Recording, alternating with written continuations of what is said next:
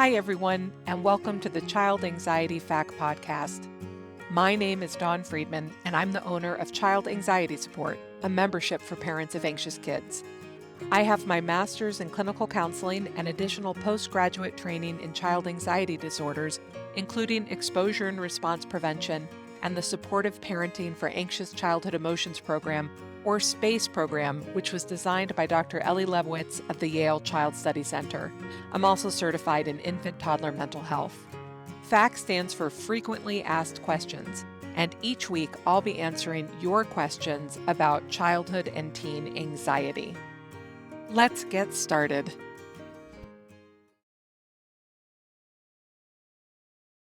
This week's question comes from Facebook. How can I make my anxious child feel heard and understood when she feels anxious about going to school? I know that skipping school will actually increase her anxiety and exposure to school lessens it, but it kills me to nudge her to go when it's so scary for her. I really appreciate that what we have here is an understanding and attuned parent who appreciates that helping anxious kids means helping them face their fears, which is not easy, not for them and not for us.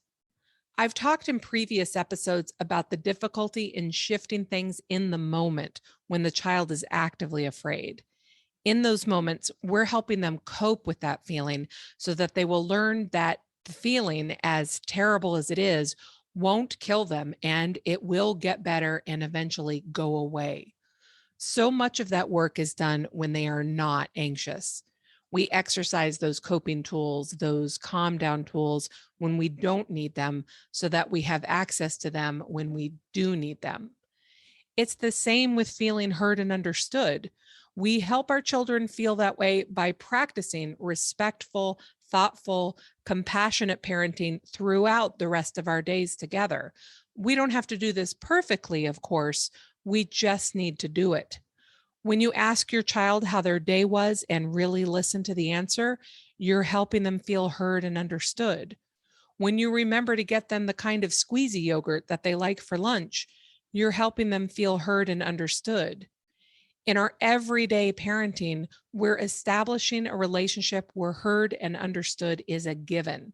It's just part of the day-to-day give and take of being with them. Now, the tricky part is trusting the hard work we've done and in the resiliency of the relationship we've built. What I'm saying here is that we need to be prepared to disappoint and even anger our kids. This is extremely important with anxiety work because our children are tuning into us to get a better picture of what's safe and what isn't safe, and importantly, what they're capable of doing. And it's really easy to not get this quite right. Here's a story to illustrate this. It's a version of something I see all the time in my clinical practice and in my consulting work with parents. A parent is driving their child to a birthday party. The parent knows that their child is nervous about going because they only know the birthday kid. Their child doesn't know anyone else there. The family has talked about it, and the child wants to attend and has been gearing themselves up for it. Perhaps this is what the family has specifically been working on in my program, making plans to deal with the discomfort, figuring out how to get the child out of the car and to walk into the party alone in spite of their fear. Anyway, the parent pulls up to the venue with the child, and the child is sitting there taking deep breaths, preparing to go in. And then the parent says, "Do you want me to walk you up there?" Boom, the child melts down. Why? Because without intending to, the parent has just undermined their child.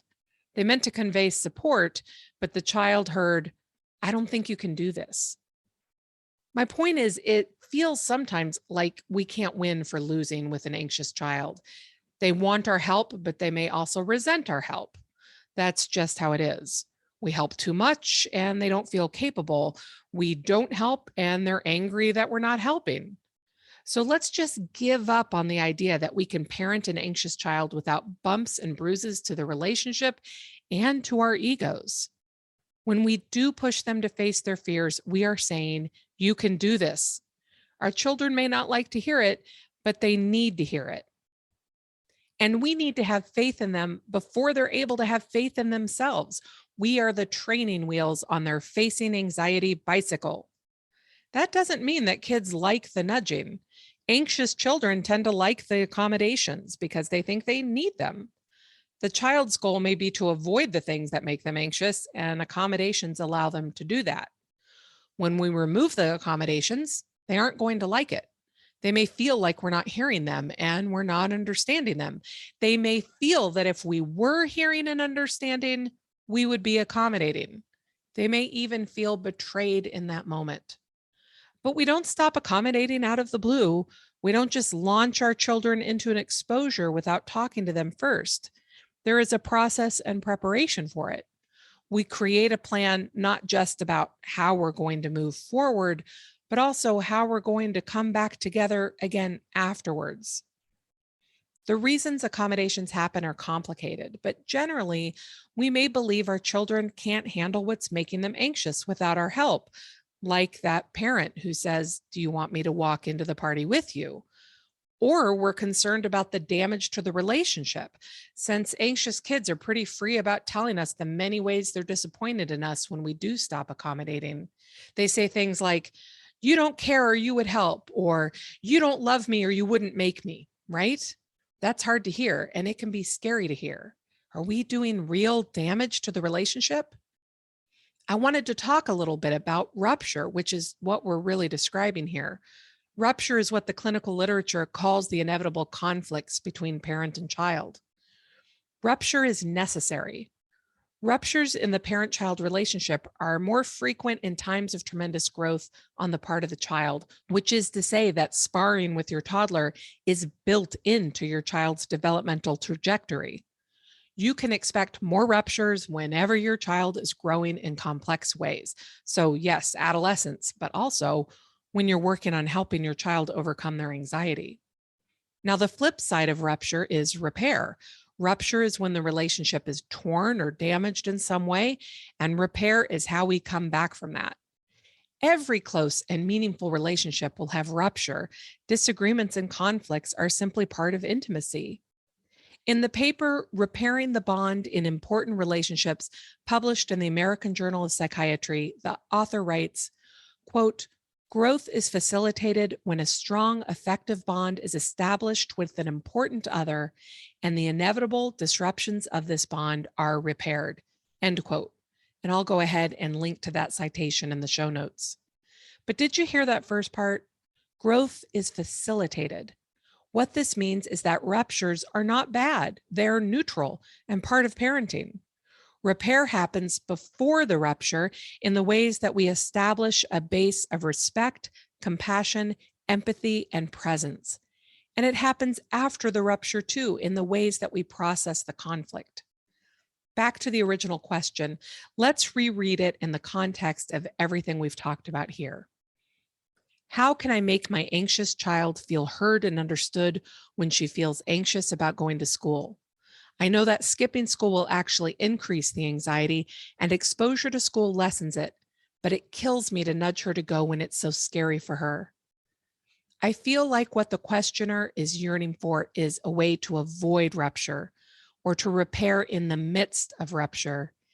Instead, let's shift our goal to creating a culture of repair that can tolerate inevitable ruptures. Let's shift our thinking so that we see ruptures as necessary catalysts for growth and know that our relationship with our child can and will withstand the strain and can even grow stronger through it. Thank you so much for tuning in this week. If you have a question you would like me to answer on the show, please go to childanxietysupport.com/FAQ. And if you'd like to learn more about the Child Anxiety Support membership, please go to childanxietysupport.com. The membership offers courses, live events, and community to help you design a personalized program to free your family from the trap of child anxiety. I hope you'll consider subscribing to the podcast and sharing it with any friends or family who you think might find it helpful. You can get more of my child anxiety content over at Instagram, where I'm Dawn Friedman, MSED, or on Facebook at the Child Anxiety Support page. Thanks again, and have a great week.